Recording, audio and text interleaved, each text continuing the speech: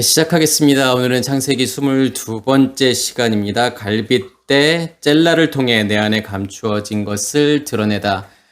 창세기 2장 20절에서부터 21절까지 말씀입니다. 아담이 모든 가축과 공중의 새와 들의 모든 짐승에게 이름을 주니라.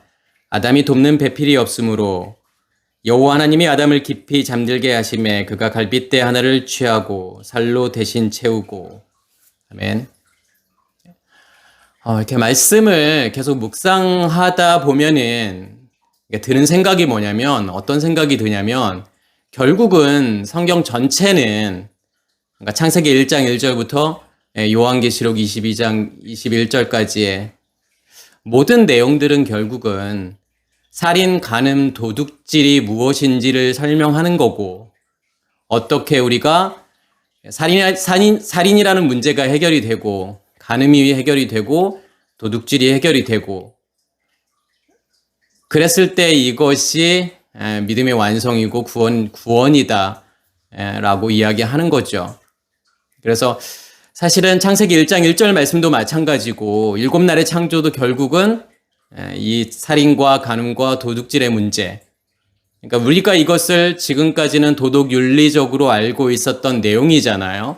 살인이라고 하는 것은 어떤 물리적인 폭력을 행사해서 누구를 죽이는 거라고 생각했고, 간음은 우리가 육체적인 어떤 간음을 생각했고, 도둑질이라고 하는 것은 누구의 물건을 훔치는 거라고 생각했지만 그게 아니라는 것을 지금 이 설교를 듣고 계시는 분들은 다 깨닫고 있겠죠. 그래서 결국은 첫째 날이 의미하는 것이 살인의 문제가 해결이 되는 거고, 둘째 날, 셋째 날을 통해서 간음의 문제가 해결이 되는 거고, 그리고 넷째 날, 다섯째 날, 여섯째 날을 통해서 도둑질의 문제가 해결이 되는 거죠. 그래서 10계명이라고 하는 게 제가 계속 말씀드렸던 게 뭐냐면, 1계명부터 5계명의 내용들은 6계명부터 10계명의 내용과 일치한다라고 말씀을 드렸잖아요. 그래서 이웃사랑과 하나님의 사랑은 같다라는 거죠. 그래서 살인하지 말라를 1계명을 통해서 설명하는 거고, 간음하지 말라를 2계명을 통해서 설명하는 거고, 도둑질하지 말라를 3계명을 통해서 설명하는 거예요. 그래서 그렇게 첫 번째, 두 번째, 세 번째 살인, 간음, 도둑질의 문제가 해결이 되었어. 그럼 여섯째 날을 지나서 무엇으로 가게 되는 거냐면, 일곱째 날에 샤바트로 가는 거잖아요. 결국은 우리가 성경을 보실 때 무엇에 포커스를 이렇게 두고 보셔야 되는 거냐면, 결국은 성경이 말하고 있는 것이 이게 지금 살인의 문제를 설명하고 있는 건지, 간음의 문제인지, 도둑질의 문제인지. 살인이라고 하는 것은 어디에서의 일이라고 제가 계속 말씀을 드리고 있죠. 애굽에서의 일이고, 간음이라고 하는 것은 광야에서의 일이고, 도둑질은 가나안 땅에서의 일이잖아요. 그래서 결국은 그게 하나님의 사랑인 거고, 오늘 말씀도 마찬가지예요. 우리가 창세기 2장에서 포커스를 맞춰서 봐야 될 건 뭐냐면, 이 아담이라는 존재를 통해서 무엇을 드러내시고 무엇을 지금 해결하시려고 하는 거냐면, 결국은, 그러니까 결론적으로 이야기하면 도둑질의 문제를 해결하시려고 하는 거예요. 왜 그러냐면, 지금 아담은 몇째 날을 살고 있는 거죠? 몇째 날을 살고 있는 아담을 설명하는 거죠. 2장에서는요. 넷째 날, 다섯째 날, 여섯째 날을 살고 있는 아담을 설명하고 있단 말이에요. 왜 그러냐면 아담이 지금 무엇을 주고 있어요? 짐승들에게요. 쉔을 주고 있잖아요. 이름을 주고 있잖아요. 이름을 준다라고 하는 것은 뭐냐면 첫째 날과 둘째 날의 일이란 말이에요. 그래서 제가 쉔 그러면 쉰하고 맴이잖아요. 쉰은 불이고 맴은 말씀이란 말이에요. 그러면 첫째 날의 핵심은 뭐냐면 오르잖아요. 빛이잖아요. 불이잖아요. 두 번째 날의 핵심은 뭐냐면 말씀이란 말이에요. 말씀의 근원. 그 언약궤를 궁창이라고 이야기하는 거고, 그 궁창이 있는 지성소를 무엇이라고 이야기하는 거냐면 하늘 샤마임이라고 이야기하는 거죠. 결국은 내가 쉔을 준다라고 하는 것은 첫째 날과 둘째 날이 이루어지는 거예요. 누구를 통해서요? 그것을 전하는 자를 통해서요. 그러면 첫째 날, 둘째 날이 이루어지기 위해서는 나는 몇째 날, 전하는 자는 몇째 날을 살고 있는 거예요, 결국은요. 넷째 날, 다섯째 날, 여섯째 날을 사는 거잖아요. 그러면 넷째 날, 다섯째 날, 여섯째 날은 무엇을 드러내는 거냐면 도둑질이라고 하는 게 과연 무엇이냐. 지금 이것을 드러내고 싶은 거예요. 설명하고 싶은 거예요. 그래서 우리가 2장을 보실 때에는 그러한 관점으로 보셔야 되고 3장에는 누구의 이야기가 주로 나오죠? 여자의 이야기가 나오잖아요. 여자가 선악의 지식의 나무의 열매를 먹는 사건. 그러면 그것은 무엇으로 보셔야 되는 거냐면 그 여자는 지금 몇째 날을 살고 있는 거예요, 결국은요. 셋째 날을 살고 있는 거잖아요. 그러면 셋째 날의 핵심은 결국은 무엇이 해결이 되어야 되는 거죠? 간음이 해결이 되어야 되는 거잖아요. 그러면 이 여자의 선악의 지식의 나무로부터 나오는 열매를 먹는 사건이 간음의 문제라고 본다면, 그러면 여자가 그 선악의 지식의 나무의 열매를 먹는다라고 하는 게 어떠한 의미가 있는지가 알게 돼요. 그죠? 그걸 통해서 하나님께서 무엇을 해결하시기를 원하시는 거냐면 간음의 문제를 해결하시기를 원하는 거란 말이에요. 그리고 난 다음에 어디를 나오게 되죠? 에덴 동산을 나오게 되잖아요. 그러면 에덴 동산을 나온다라고 하는 것은 어디를 건너는 사건인 거냐면 요단을 건너는 사건이란 말이에요. 그게요. 광야를 나오는 거란 말이에요. 누구를 지금 떠나보내는 거죠? 예수를 떠나보내는 거고 모세를 떠나보내는 사건이에요. 엘리야를 떠나보내는 사건이란 말이에요. 그게요. 우리가 그것을 좀 이렇게 그러한 관점에서 성경을 이해하신다 그러면 창세기 2장과 3장이 어떻게 이렇게 흘러가고 있는지에 대한 어떠한 큰 그림? 이것을 우리가 볼 수 있겠죠. 자, 그러면 오늘 말씀에 22장 20절에는 어떤 내용이 나오냐면 아담이 모든 가축과 공중의 새와 들의 모든 짐승들에게 뭘 주지요?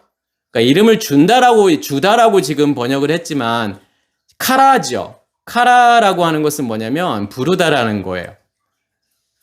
그러면 여기에서 제가 금방 설명드렸던 것처럼 아담이 짐승들에게 이름을 준다라고 하는 것은 결국은 그 아담을 통해서 이 짐승들이 몇째 날과 몇째 날이 지금 시작이 되는 거죠. 첫째 날과 둘째 날이 시작이 되는 거잖아요. 첫째 날을 통해서 내 안에 빛을 넘겨받는 거죠. 불을 넘겨받는 거란 말이에요. 그러면 우리의 마음 땅에서는 성소에서는 불이 타오르겠죠. 그리고 지성소에는 뭐가 임하는 거예요, 결국은요. 말씀의 근원이신 성령이 임하게 되잖아요. 그러면 성령이 계시는 그곳이 뭐냐면 궁창인 거고 그것을 성경은 무엇이라고 이야기하는 거냐면 샤마임이라고 이야기하는 거예요. 하늘인 거예요, 그게요. 그렇게 아담이 짐승들에게 지금 이름을 주었을 때 그 짐승들이 어떠한 상태가 되는 거죠, 결국은요? 의미 있는 상태가 되는 거잖아요. 의미 있다라고 하는 것은 무엇을 간직했을 때 의미가 있는 거예요. 우리의 삶에요. 생명이 있을 때.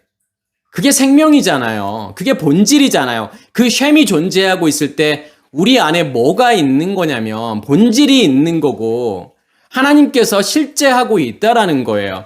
그래서 사실은 예수 그리스도라는 의미도 마찬가지고 여호와 엘로힘이라는 단어도 마찬가지예요. 무엇을 설명하는 거냐면 이 셈을 설명하는 거죠. 예수와의 본질은 뭐냐면 불이란 말이에요. 그래서 내가 땅에 불을 던지러 왔어. 그리고 마시아의 핵심은 뭐예요, 그러면요? 그리스도.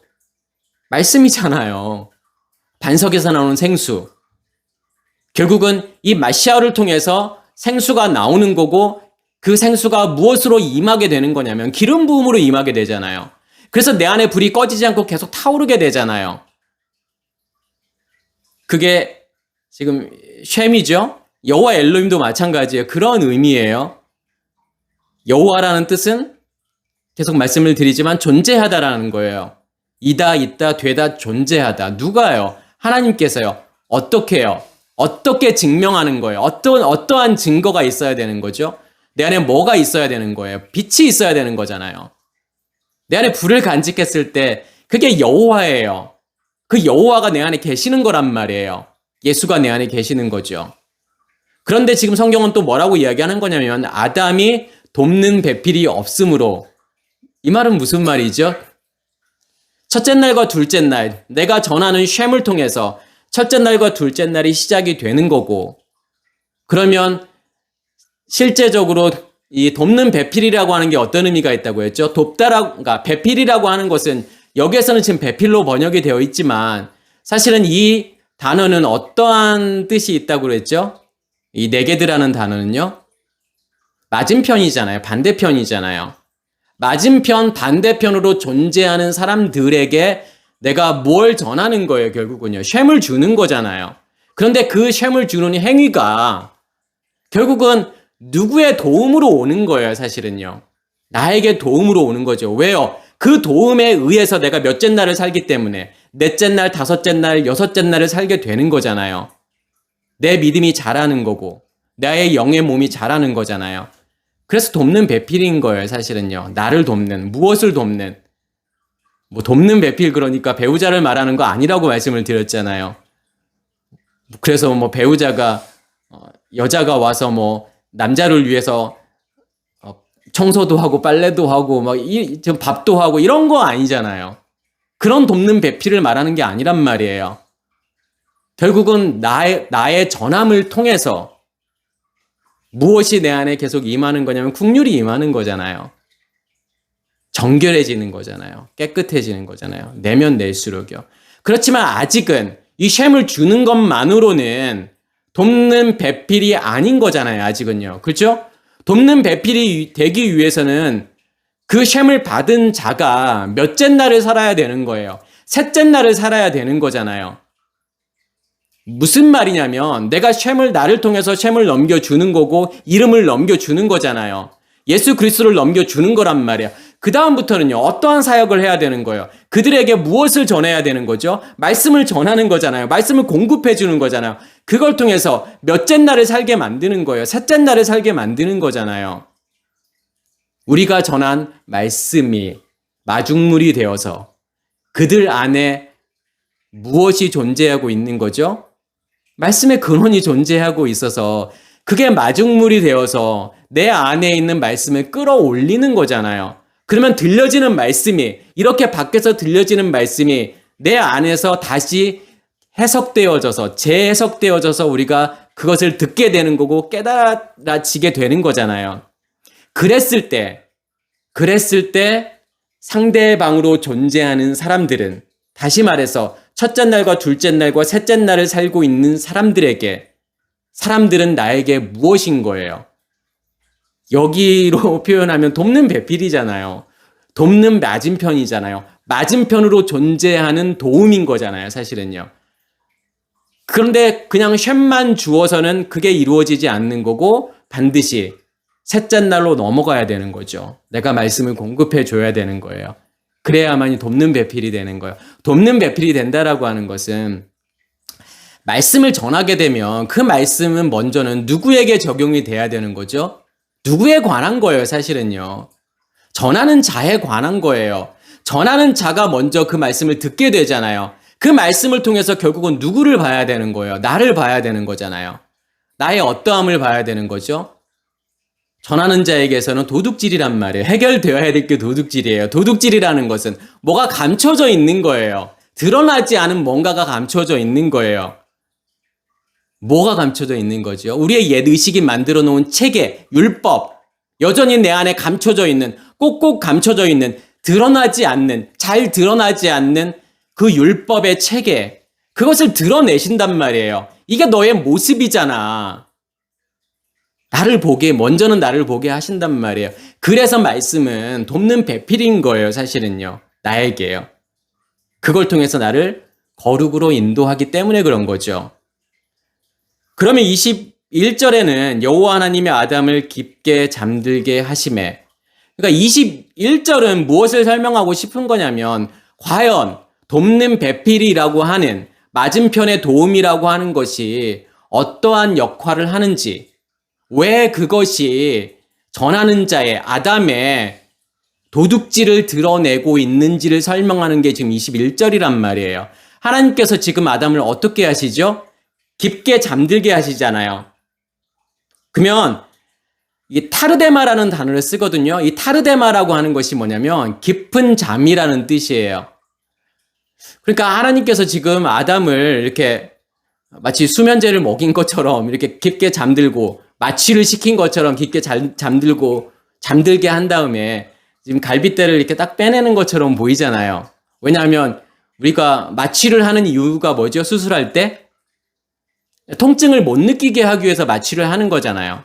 마치 그렇게 하는 것처럼 하나님께서 이제 아담을 마취를 딱 시키고 깊게 잠들게 한 다음에 그 다음에 이제 거기서 갈빗대 하나를 딱 꺼내시고 거기를 살로 이렇게 메꾸시고 우리는 그러한 이미지를 생각하게 되잖아요. 그런데 지금 성경은 그것을 말하고 싶은 게 아닌 거예요. 우리가 이 말씀을 계속 묵상하면서 들으면서 계속 생각을 해야 될 게 뭐냐면 지금 이 사건은 도둑질에 관한 거구나.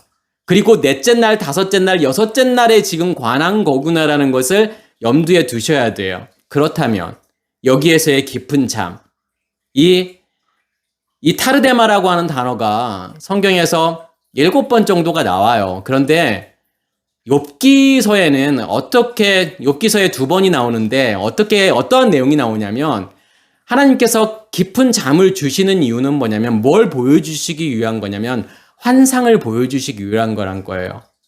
꿈을 통해서. 꿈이라는 걸. 그러면 성경에서 말하는 환상이 뭘까요? 우리가 환상에 대해서 오해하는 부분이 뭐냐면 하나님께서 어떠한 이렇게 내가 기도할 때라던가 꿈에서 어떤 이미지를 보여주는 것이 그것이 마치 진짜인 것처럼 우리는 생각을 한단 말이에요. 그러니까 3차원을 살고 있는 우리에게 하나님께서 이미지를 보여준다라고 하는 것은 몇 차원의 이미지로 2차원의 이미지로 평면으로 우리에게 보여주는 거잖아요. 단면으로 보여주는 거잖아요. 그러면 차원이 없으신 하나님께서 우리에게 뭔가를 전달할 때 우리는 그것을 2차원적으로밖에는 받아들일 수 없는 거라니까요. 그러니까 어떠한 일들이 일어나면 하나님을 오해하게 된단 말이에요. 설령 하나님이 뭔가를 보여줬다고 하더라도 내가 2차원을 벗어나지 않으면 그것이 진짜 의미하는 게 무슨 뜻인지를 이해할 수 없다라는 거예요. 단편적인 예로 천국과 지옥을 보여준다고 한들 천국이 그런 이미지일까요? 천국이 3차원의 그러한 세상인가요? 하나님은 영이신데 영의 세계가 그렇게 우리가 2차원, 3차원으로 이해할 수 있는 금은 보석이 깔려있고 그런 좋은 곳, 파라다이스, 낙원? 그런 천국인가요? 지옥은 막 고문하고 있고 불이 막 타오르고 있고 우리는 지금 천국과 지옥을 무엇으로 지금 이해하고 있는 거냐면 2차원의 이미지로 이해하고 있는 거예요. 그 말은 무슨 말이냐면 그게 실제가 아니라는 소리예요. 나의 옛 의식이 투영해서 보는 변하지 않는 죽지 않은 나의 옛 의식으로 바라보는 천국과 지옥이란 말이에요. 그래서 그게 실제가 아니라는 소리예요. 환상이에요. 나의 의식이 만들어 놓은 환상인 것 뿐이에요. 그게 실제 천국과 지옥이 아니라는 소리예요. 무엇에서 벗어나셔야 되냐면 진짜 천국과 지옥을 이해하시려면 그 차원을 벗어나셔야 돼요. 나의 옛 의식의 차원, 그 비진리가 만들어 놓은 율법이라는 책에 그것에서 벗어나셔야만이 그것의 진정한 의미를 이해한다니까요. 그렇기 때문에 말씀이 없으면 내가 뭔가를 봤다? 이게 진짜가 아니라는 거예요. 그러니까 조심하셔야 되는 거예요. 성경이 말하는 환상이라고 하는 것은요, 말씀이 만들어 놓은 거예요. 하나님의 의식이 만들어 놓은 하나님이라는 존재. 무엇으로 우리가 하나님을 그려야 되는 거냐면, 이미지를 만들어야 되는 거냐면, 우리의 옛 의식으로 그림을 그리고 만들어 놓으면 우상이라고 하는 거예요, 그걸요. 누구의 의식으로요? 하나님의 의식으로요. 진리로요. 하나님을 그리게 된단 말이에요. 내가 그리는 게 아니죠. 하나님께서 그리게 하신단 말이에요. 이게 나야. 나를 너에게 드러낼 거야. 나를 너에게 보여줄 거야. 그런데 옛 의식의 상태로는 절대로 이해할 수 없을 거야.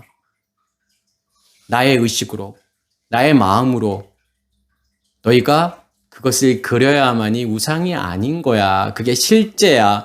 그게 하나님의 모양이고 하나님의 형상이야 라고 하는 거죠. 그래서 여기서 깊은 잠이라고 하는 것은 결국은 뭘 이야기하는 거냐면 우리 지성소에서부터 나오는 그 생수를 이야기하는 거예요. 배에서 나오는 생수를 이야기하는 거예요. 진리잖아요. 그 안에 있는 거예요. 그게 깊은 잠을 자는 거예요. 그게 환상이에요. 하나님께서 보여주시는 거예요. 무엇으로요? 말씀으로요. 그리고 난 다음에 하나님께서 야샨 하시잖아요. 야샨이라고 하는 것은 잠들다예요. 지금 21절에는 4개의 동사가 나와요. 그러니까 첫 번째 동사는 나팔이에요. 깊은 잠을 하나님께서 이 나팔 던지시다라는 거예요. 떨어뜨리시다, 던지다. 그리고 다음에 두 번째 나오는 단어가 야샨이라는 단어가 나오죠. 그리고 난 다음에 세 번째 나오는 단어가 라카흐라는 단어가 나와요.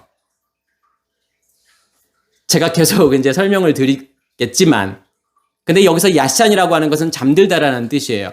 그러면 여기서 잠들다라고 하는 게 어떤 의미가 있을까요? 잠들다라고 하는 것은 두 가지의 의미로 우리가 해석할 수 있어요. 첫 번째는 뭐냐면 내 안에 생수의 근원이 존재해서, 왜냐면 지금 아담은 넷째 날, 다섯째 날을 살고 있기 때문에 무엇이 안에서 나오는 거예요? 생수가 안에서 나오잖아요. 그러면 그 말씀이 기름 부음으로 임하게 되고 내 마음 땅에서는 불이 타오르게 되잖아요. 그러면 그 불이 나를 덮어버리는 거잖아요. 그럼 내가 누구 안에 있는 거예요? 예수 그리스도 안에 있는 거잖아요. 그게 그리스도로 옷 입는 거라니까요.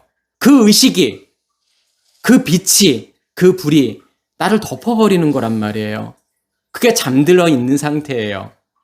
그럴 수도 있고, 아니면 잠들다라고 하는 것은 어느 때에 잠을 자죠? 밤이라는 시간에 자잖아요. 그럼 밤이라고 하는 시간은 우리의 겉사람이 존재하는 시간이란 말이에요. 그래서 하나님께서 계속 뭐라고 말씀하시죠? 예수님께서도 깨어있으라. 밤에 깨어있으라는 거예요. 그러면 그 말은 무슨 말이에요? 겉사람으로 살지 말고 속사람으로 살으라는 거잖아요. 너희가 겉사람으로 살면 그리스도가 너희에게 다시 오심을 너희가 절대로 알 수 없어. 그래서 그리스도는 도둑으로 존재할 수밖에 없는 거야. 이렇게 말하는 거잖아요. 그래서 여기서의 잠들다라고 하는 것은 무엇을 우리가 생각하셔야 되는 거냐면 예수님께서 지금 폭풍이 막 치고 풍랑이 일고 그러는데 배 안에서 예수님께서 야샨 하시잖아요. 주무시잖아요. 뭘 설명하고 싶은 거죠? 제자들은 두려움에 떨고 있잖아요. 폭풍 치잖아요. 그들의 마음이 마치 파도가 치는 것처럼 그들의 마음 가운데서도 파도가 치고 폭풍이 친단 말이에요. 왜 그럴까요? 예수님과 이 제자들의 차이가 뭐예요? 예수님께서는 무엇의 상태가요? 제가 좀 전에 말씀드렸던 것처럼 그 하나님의 의식이 덮어버리잖아요. 그 상태에 있는 거잖아요. 그렇기 때문에 예수님께서는 고요한 거란 말이에요. 그것에 흔들리지 않아요. 그것에 영향을 받지 않아요. 보여지는 것에 영향을 받지 않는다는 거예요. 아랫물에, 이 바다라는 아랫물에 영향을 받지 않는 거란 말이에요. 그게 예수님께서 지금 주무시는 거죠. 그러면서 예수님께서 뭐라고 말씀하세요? 예수님을 깨우잖아요. 우리가 지금 죽게 되었습니다. 그때 예수님께서 뭐라고 말씀하시죠? 마태복음에서는 믿음이 없는 자들아. 마태복음에서는 믿음이 적은 자들아. 마가복음에서는 믿음이 없다라고 말하잖아요. 누가복음에서는요. 너희 믿음이 어디 있는데? 라고 말하죠. 공통적으로 마태, 마가, 누가복음에 나오는 내용들이에요. 여기서 말하고 싶은 것이 너희가 하나님 안에 있으면, 그 의식 가운데 있으면, 그 진리 가운데 있으면 너의 마음이 폭풍치지 않아. 너의 마음이 잔잔한 바다와 같이 그 상태로 있을 수밖에 없어.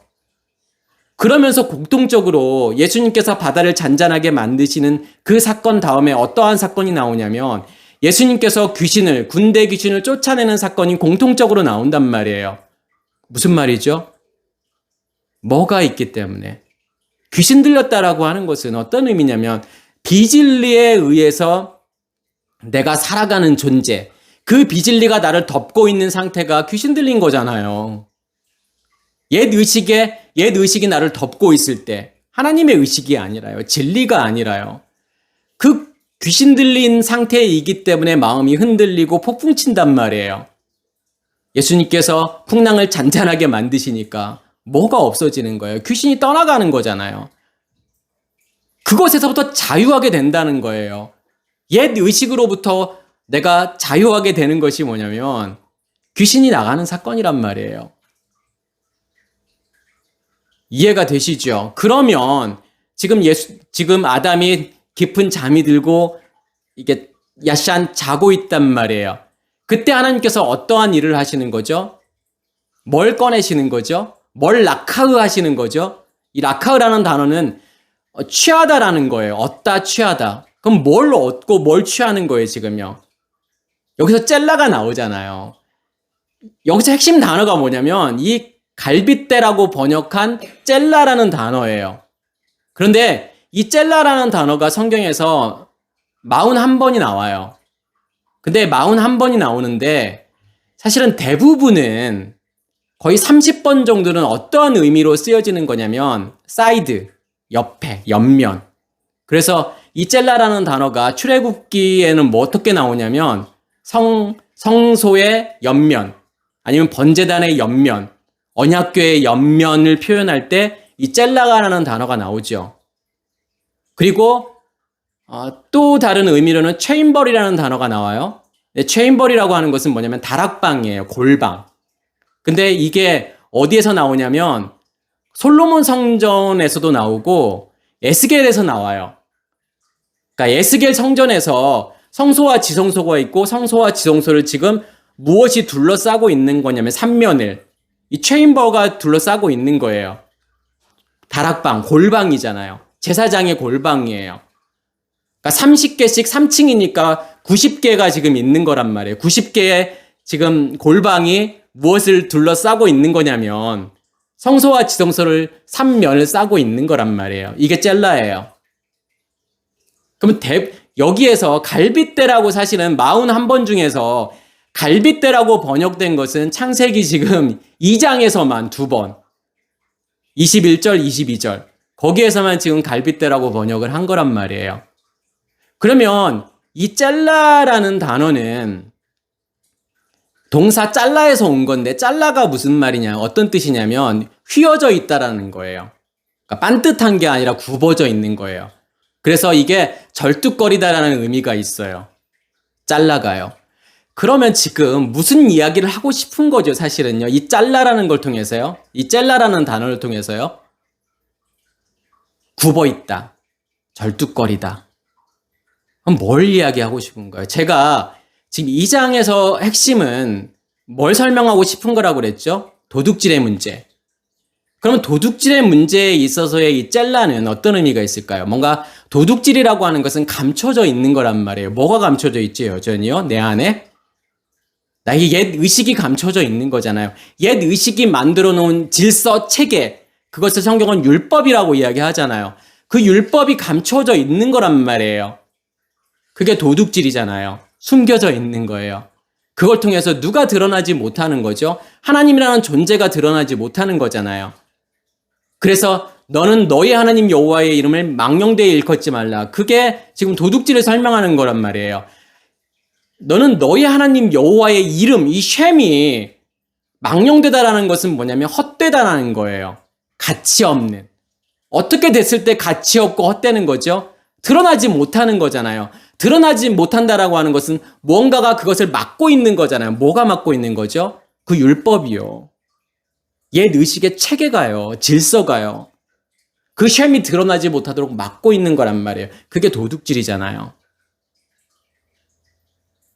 그래서 이게 여기에서도 보면은 우리가 이 도둑질 하면은 대표적인 사건들이 나오잖아요.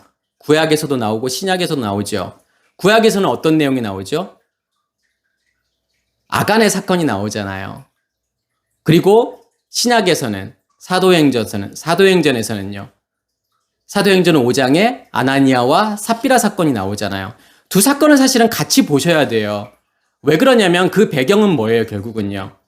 요단을 건너는 거고 오순절을 지난 거잖아요. 제가 요단을 건너는 사건은 무엇이라고 제가 말씀을 드렸죠? 그게 오순절이란 말이에요. 오순절이 온 거하고 요단을 걷는 것은 같은 거예요. 왜냐하면 오순절이라고 하는 것은 무엇이 열린 거냐면 통로가 열린 거잖아요. 어떠한 통로가 열린 거예요. 요단이라는 통로가 열려서 뭐가 안에서 밖으로 나오는 거죠? 말씀이 안에서 밖으로 나오게 되잖아요. 성경은 그것을 방언이라고 이야기하는 거예요. 그러면 그 배경하에서 지금 아나니아와 삽비라 사건, 그 다음에 아간의 사건을 이해하셔야 돼요. 그러면 도둑질은 어디에서의 문제다? 예, 오순절을 지나야 되는 거고 가나안에서의 문제라니까요. 그럼 뭘 감춰놓은 거잖아요, 사실은요. 근데 우리가 오해하는 게 뭐냐면, 자, 저는 옛날에도 참 이 부분이 이해가 안 됐어요. 왜 그러냐면 아나니아와 삽비라는 자기의 재산을 다 팔아가지고 진짜 일부만을 감췄을 텐데, 그러면 자기 전 재산을 팔아가지고 다 안 줬다고, 사도들에게 다 주지 않았다고 죽이실 필요까지 있을까? 그게 죽어야 될 일일까? 그런 생각을 저는 했어요. 그런 생각 안 하셨나요, 혹시요? 그게 뭐 죽을 일인가? 그렇게 따지면은 지금 이 설교를 듣고 있는 모든 분들, 살아계실 분들 아무도 없으실걸요? 저를 포함해서요? 왜요? 우리는 그렇게 못하고 있잖아요. 전 재산 팔아가지고. 그렇게 못하잖아요. 그 말은 무슨 말이냐면 그런 얘기가 아니라는 소리예요, 지금요. 뭘 설명하고 싶은 거냐면 도둑질이 무엇인지를 설명하고 싶은 거예요. 네 안에 아직도 팔지 못하는 너의 것이 존재하고 있잖아. 그것을 보라는 거예요. 그래서 아나니아라는 뜻은 뭐냐면 긍휼이에요. 은혜예요. 하난. 그리고 삽비라라고 하는 것은 뭐냐면 이 사파이어라는 뜻이에요. 우리 보석 중에 사파이어가 있잖아요. 그러니까 이 사파이어라는 것은 뭐냐면 사파르라는 단어에서 온 건데, 사파르가 뭐냐면 뭔가를 쓰는 거예요. 그래서 세페르 그러면 우리가 성경책, 하나님의 이 두루마리, 이것을 지금 세페르라고 하잖아요. 그 말은 무슨 말이냐면 사파르가 뭔가를 쓰다, 새기다, 조각하다라는 뜻이니까요. 뭐가 쓰여지는 거예요. 그러니까 아나니아와 삽비라는 뭐냐면 내가 긍휼을 입은 거예요. 하나님으로부터요. 은혜를 받은 거예요. 빚을 받은 거예요. 그리고 삽비라라고 하는 뜻은 기쁨이라는 뜻이에요. 뭐가 새겨진 거죠? 말씀이 새겨졌단 말이에요. 왜요? 오순절이 지났기 때문에요. 기쁨이 있단 말이에요. 그럼에도 불구하고 내 안에 여전히 뭐가 감추어져 있을 수 있다라는 거죠? 나의 것이요. 그 율법 체계가요. 아직도 남아있다라는 거잖아요. 그것을 하나님께서는 지금 해결하기를 원하시는 거예요. 그게 아나니아와 삽비라 사건이에요. 아간의 사건도 마찬가지예요. 감춰져 있는 거. 여리고가 무너졌음에도 여전히 감춰져 있는 것들이 있다라는 거잖아요. 하나님께서는 그걸 해결하기를 원하시죠. 그래서 아나니아와 삽비라 사건 다음에 어떤 내용이 나오냐면 사도들이 모든 병자들의 병을 고치고 귀신을 내어 쫓으시다라는 내용이 나오는 거란 말이에요. 그리고 아간 사건 다음에는 어떤 내용이 나오냐면 아간이 죽었을 때 어디를 점령하게 되는 거냐면 아이성을 점령하게 되잖아요. 그리고 난 다음에 이스라엘 백성들은 지지 않아요. 싸움에서 계속 이긴단 말이에요. 아이라고 하는 것은 황폐함이에요. 그 말은 무슨 말이죠? 뭐가 해결이 된 거예요, 사실은요. 도둑질의 문제가요. 그 도둑질의 문제가 해결이 되어야만이 귀신이 떠나가는 거예요. 병에서 나은 거란 말이에요, 그게요.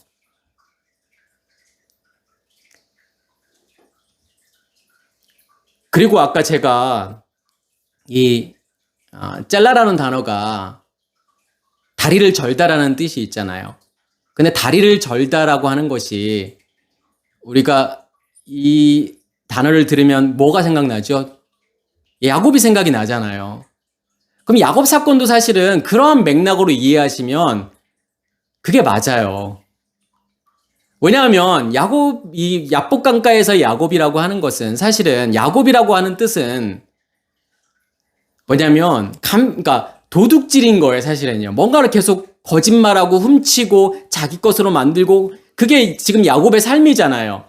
사실은 아브라함과 이삭과 야곱도 마찬가지예요. 아브라함 살인의 문제예요, 사실은요.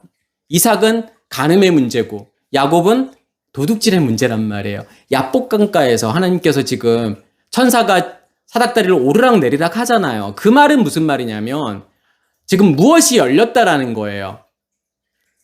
성소와 지성소를 맡고 있는 휘장이 열렸다라는 거예요. 하나님 말씀이 나오는 거예요. 그러면 그 말씀으로 뭐 하는 거죠? 씨름하는 거잖아요. 거기서 천사가 의미하는 것은 그 씨름, 말씀으로 씨름하는 거란 말이에요. 그러면 말씀에 의해서 어떻게 돼요, 요셉이요? 환도뼈를 치니까 다리를 절게 되잖아요. 그러면 그걸 통해서 지금 뭘 말하고 싶은 거죠, 사실은요?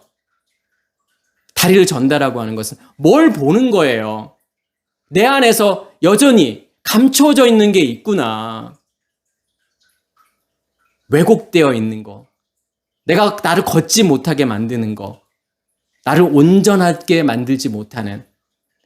왜냐하면 다리를 전다라고 하는 것은 온전하지 않은 거란 말이에요. 나를 온전하지 못하게 하는 것들이 내 안에 여전히 가지고 있구나라는 걸 통해서 그걸 지금 뭘 통해서 보는 거냐면 다리를 저는 걸 통해서 보는 거란 말이에요. 그게 지금 야곱 사건이잖아요.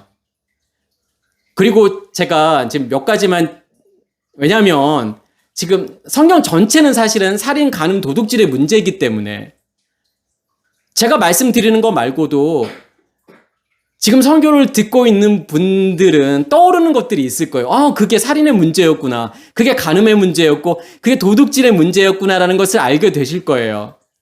우리가 누가복음 15장에 보면은 잃었다 찾은 시리즈가 나오잖아요. 누가복음에만 나오죠. 15장에만. 잃었다 찾은 양, 잃었다 찾은 드라크마, 그리고 잃었다 찾은 아들. 잃었다 찾은 드라크마와 잃었다 찾은 아들은 누가복음에서만 나와요. 잃었다 찾은 양은 마태복음에도 나오지만요. 그러면 그것이 무엇을 설명하는 거냐면 잃었다 찾은 양을 통해서, 제가 여기서 그걸 자세하게 설명할 수는 없을 것 같고요. 잃었다 찾은 양을 통해서 살인의 문제를, 잃었다 찾은 드라크마를 통해서 간음의 문제를, 잃었다 찾은 아들을 통해서 도둑질의 문제를 해결하시고 싶은 거란 말이에요. 왜 그럴까요, 지금요? 그 잃었다 찾은 아들을 통해서 뭘 보여주는 거죠? 우리는 탕자의 비유라고 알고 있잖아요. 세상으로 갔다가 다시 하나님께로 돌아온 사건이라고 생각을 하지만 지금 그걸 말하고 싶은 것이 아니라 탕자는 누구로부터 받아요? 아버지로부터 받잖아요. 먼저는 무엇으로 받게 되죠? 율법으로 받게 된단 말이에요. 그러면 그것을 가지고 가서 다 탕진하고 다 없애야 된단 말이에요. 다 없어져야 돼요. 그게요. 무엇으로 받았기 때문에요? 율법으로 받았기 때문에 먼저는요.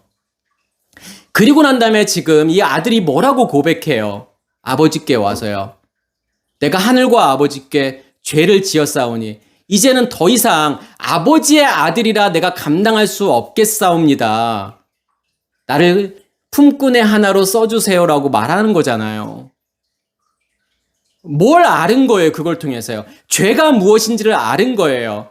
그 율법 체계가 그 체계라는 게 무엇인지를 깨달은 거란 말이에요. 내 안에 감춰져 있는 것들, 옛 의식이 만들어 놓은 그 질서들, 그것을 깨달은 거예요. 그걸 본 거란 말이에요. 성경은 그것을 죄라고 이야기하는 거예요. 어떤 행동을 해서가 죄가 아니라요. 그 옛 의식으로 살고 있으면, 그 체계가 여전히 내 안에 존재하고 있으면 내 안에 뭐가 존재하는 거예요? 죄가 존재하고 있는 거예요. 성경은 그것을 죄라고 이야기한단 말이에요. 그래서 모두 죄인인 거예요, 사실은요. 시작이 뭐냐면 모두 다 죄로부터 시작이 되는 거예요. 그것을 깨달은 거란 말이에요. 이 아들은요. 내가 죄인입니다. 세리와 창녀들처럼요. 감히 하늘을 우러러 보지도 못하고 자기의 가슴을 치면서 나는 죄인입니다. 나를 불쌍히 여겨 주시옵소서. 이런 고백이 나와야 되는 거예요, 사실은요. 그때 아버지가 뭐 어떻게 해요? 옷을 입혀주죠. 신발을 신겨주죠. 가락지를 끼워주잖아요. 새 것으로 다시 주는 거란 말이에요. 하나님의 것으로요. 아버지의 것으로요. 절대로 빼앗기지 않는, 절대로 잃어버리지 않을 것으로 다시 주신단 말이에요. 그게 복음이잖아요. 큰아들은요. 다른 아들은 어떻죠? 여전히 아버지가 처음에 준 걸 가지고서 그게 전부인 것처럼 살아가잖아요. 그러면서 뭐라고 고백해요? 나는 아무 죄가 없다라고 생각하잖아요, 이 사람은요.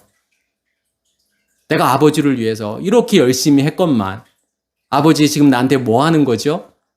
왜 아버지 나한테 이 정도로밖에 대접 안 하는 거죠? 내가 아버지를 위해서 충성 봉사하고 우리의 모습도 비슷하지 않을까요? 내가 아버지를 위해서 그렇게 열심히 살았는데 새벽 예배하고 봉사하고 선교하고 예배라는 예배는 다 참여하고 그렇게 열심히 살았는데 나에게 뭘 주신 거죠, 지금요? 내가 원하는 걸 다 이루어 주지도 않으셨는데요. 내가 죄인임을 고백하지 못하는 거잖아요. 진짜 아들, 무엇을 다 탕진하고 돌아와야 되는 거냐면 도둑질의 문제를요. 다 해결하고 돌아와야 되는 거예요. 그게 잃었다 찾은 거예요. 그걸 설명하고 싶은 거죠. 제가 아까 이 젤라라는 단어가 사이드라는 의미가 있다고 그랬잖아요. 근데 사이드는 사실은 옆면이라고 하는 것은 사실은 나의 약점이에요. 나의 부족한 부분이에요. 그러잖아요. 우리 안에 숨겨져 있는 것들. 사실은 그게 나의 약점이잖아요. 드러내고 싶지 않은, 안에 꽁꽁 감춰져 있는 것들. 그게 사이드지만, 그게 젤라지만, 하나님께서는 그것을 무엇으로 바꾸기를 원하시는 거냐면, 사실은, 체인벌로 바꾸기를 원하시는 거예요. 골방으로요. 다락방으로요. 그게 뭘 지금 싸고 있는 거죠? 성소와 지성소를 싸고 있는 거잖아요. 나의 약점이지만, 그게 바뀌게 되면, 나를 지키고 보호하는 게 된단 말이에요. 그 옆면이요. 적으로부터의 공격을 방어하는 역할을 한단 말이에요. 그게 제사장의 그 방들인 거예요, 사실은요. 골방인 거예요, 그게요. 하나님께서는 지금 우리가 에스라와 느헤미야, 그 다음에 에스더가 나오잖아요. 그렇죠? 에스라, 느헤미야, 에스더. 그러니까 사실은 이거가 설명하고 있는 것도 흐름도 사실은 비슷한 거예요. 그러니까 에스라의 포커스는 뭐냐면 스룹바벨 성전이잖아요. 그러니까 스룹바벨이라고 하는 뜻은 뭐냐면 바벨론의 흩어진이라는 뜻이에요.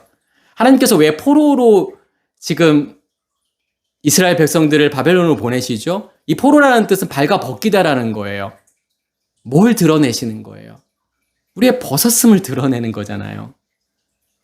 우리의 간음을 드러내시는 거고 우리의 도둑질을 드러내신단 말이에요. 그리고 난 다음에 뭘 만드시죠? 성전을 만드시잖아요. 스룹바벨 성전이요. 그리고 느헤미야라고 하는 것은 뭐냐면 뭘 만들어요? 성곽을 만들잖아요.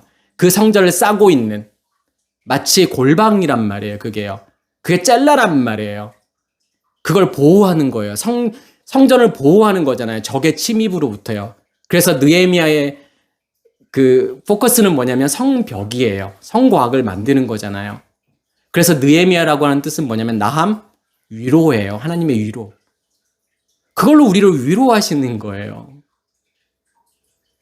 그리고 난 다음에 에스더가 나오잖아요. 에스더는 에스테르? 그러면 이게 별이라는 뜻이에요. 근데 에스더의 핵심은 뭘까요?